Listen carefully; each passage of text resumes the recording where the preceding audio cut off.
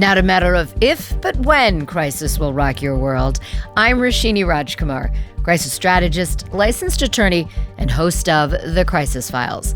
In each case file, we explore hot topics in ways that aren't always obvious.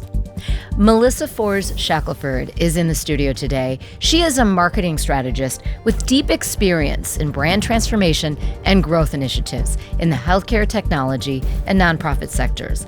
She's a master connector and author of the book, Harnessing Purpose, A Marketer's Guide to Inspiring Connection. Melissa is here for the case file I call Ethical Marketing.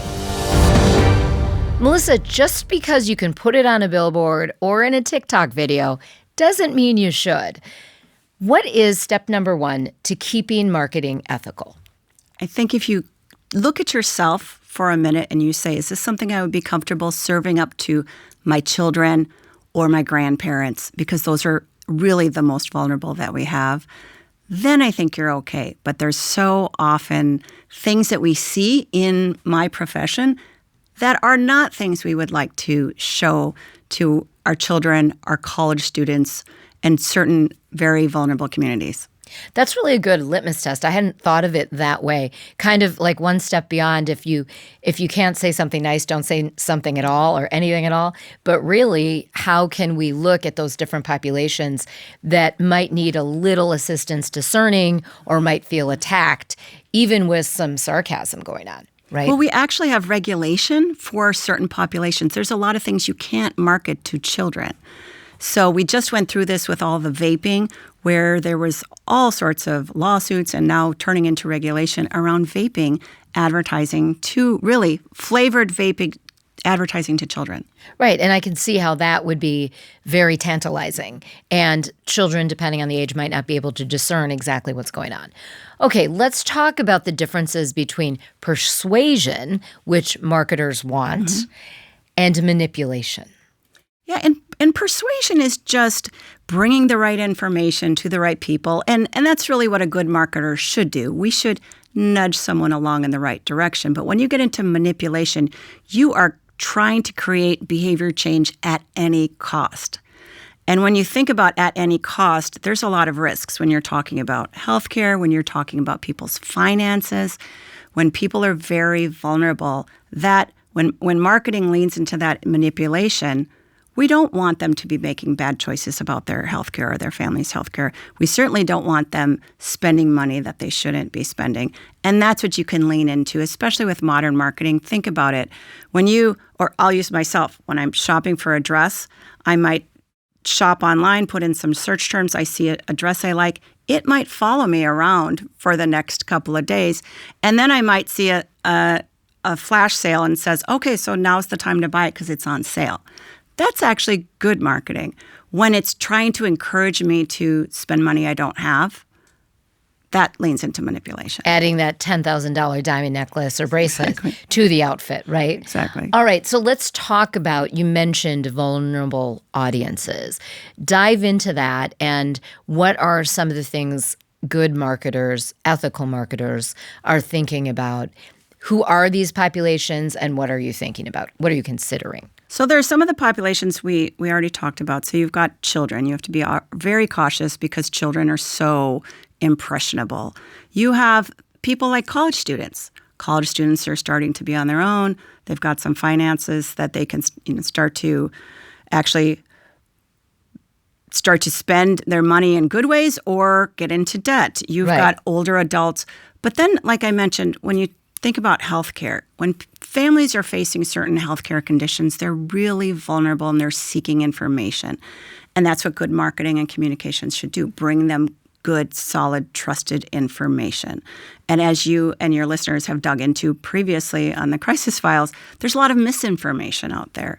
So that's something that we have to be cautious about, because there are some people who, let's say because of education level or age, they can't discern the good from the bad.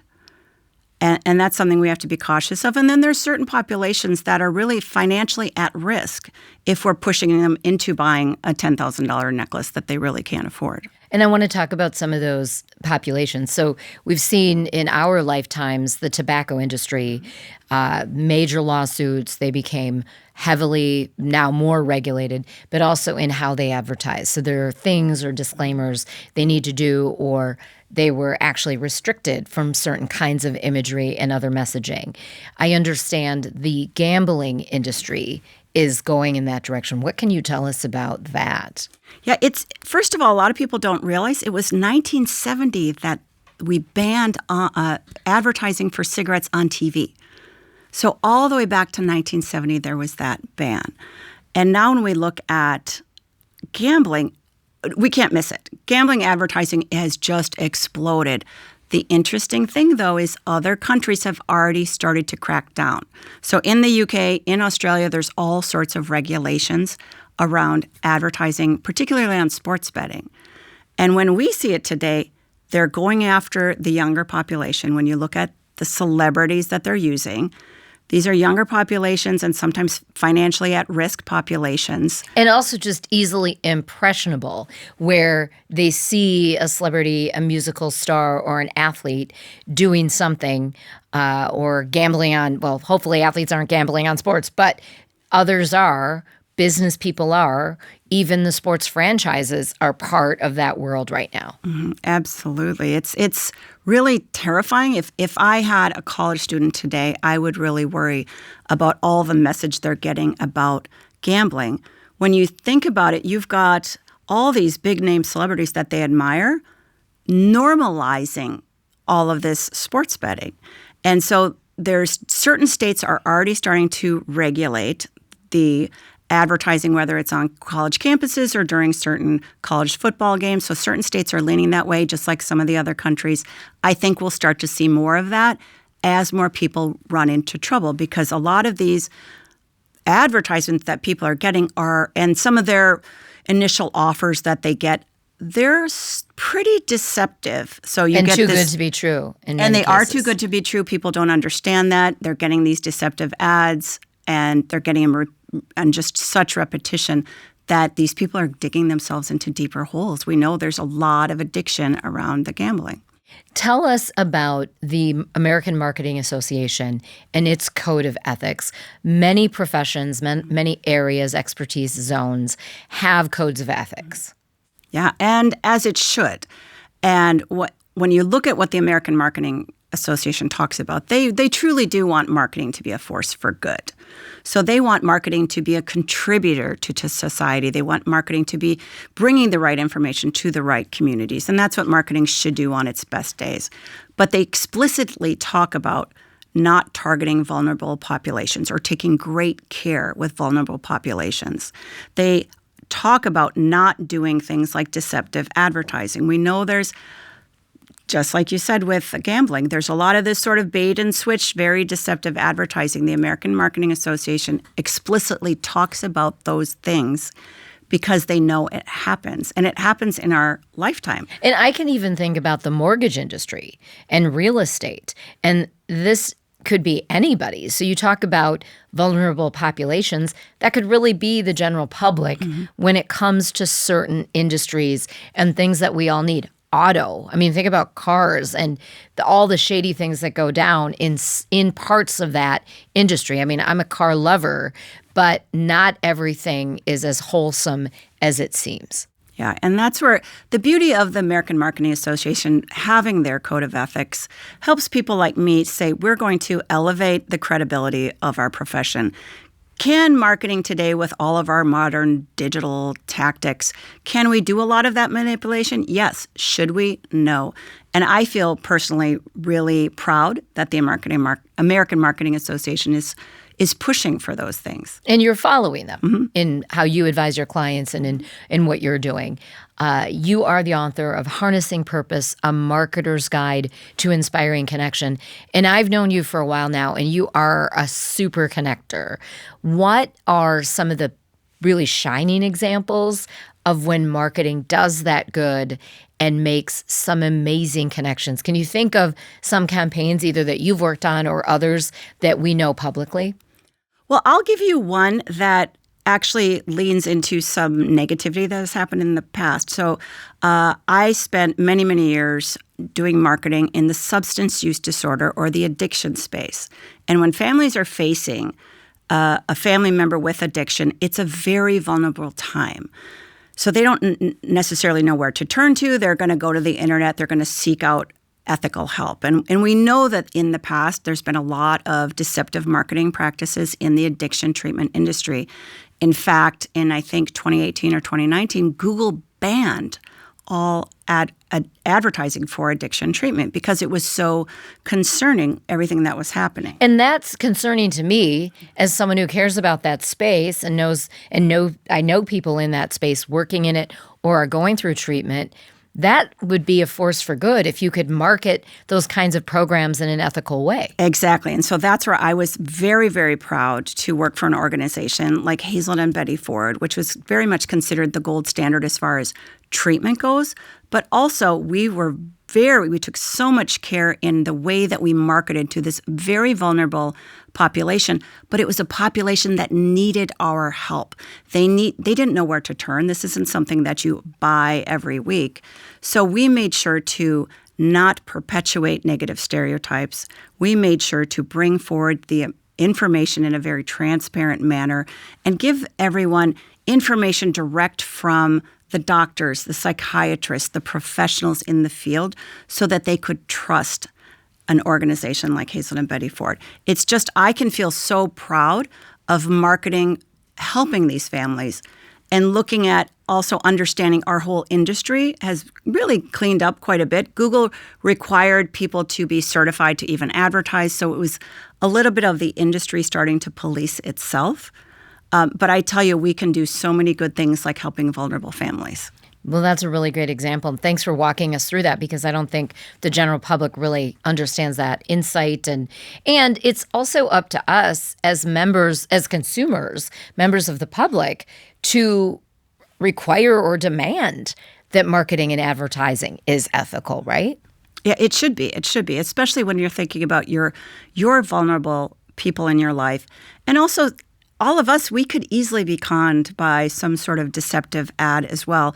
How many times have you signed up for something and you thought it was this and it was really that? Having that transparency, having that clarity, and so it's something that you can trust this brand or trust that brand. That's really important. Crisis filers love to get lessons from our guests. So I want to wind down with some of your favorite. And I mean, you live by these, but as you advise clients, what can you tell us as we go out with our own brands, whether we're a business owner or work for a company and lead a team and have some say when it comes to our organization's marketing and advertising? And this is kind of, you mentioned my book. This is kind of one of the subtexts of my book is that marketing can be a force for good. And if we look at it that way, and we look at, just like at the beginning of our talk, we said, looking at, is this something I'd be proud to share with my children, my college student, my grandmother, and using that sort of as the litmus test and saying, what can I do to further things in a positive manner? And really using your own purpose and your organization's purpose as the North Star, then you're leading with your values, and it's a lot harder to fall off the beam and do something that would be considered unethical or misleading. And a quick voice of expertise from you that I want to ask about, because we've covered this in various ways with previous guests in previous case files. When different kinds of things happen on the landscape, whether it's the United States, globally, and a brand is maybe asked or pushed to comment on it, I have my opinion about whether they should or shouldn't, and it usually is no, you shouldn't, unless it is so aligned with your organization and your own authentic brand for that organization. What is your professional advice for this kind of thing when social issues are happening, violence is happening? The summer of 2025 has sadly been a very tragic headline after headline of death and destruction and assassination. It's almost unbearable. But brands have to keep going. What's your advice? I think unless it comes very, very close to home, I wouldn't comment if I were a brand. I think you need to really think about what is the purpose and what is your intention in doing that. If you are doing saying it can be a force for good, that communication, is there something that you're going to help in doing that? And is it something that's going to touch your backyard or your staff or your customers directly? Otherwise, if it's something that doesn't really impact you, I don't know that that's the best course. But if it's right in your backyard, then it may make sense. But again, what's your North Star? What is your purpose? What is your brand's purpose?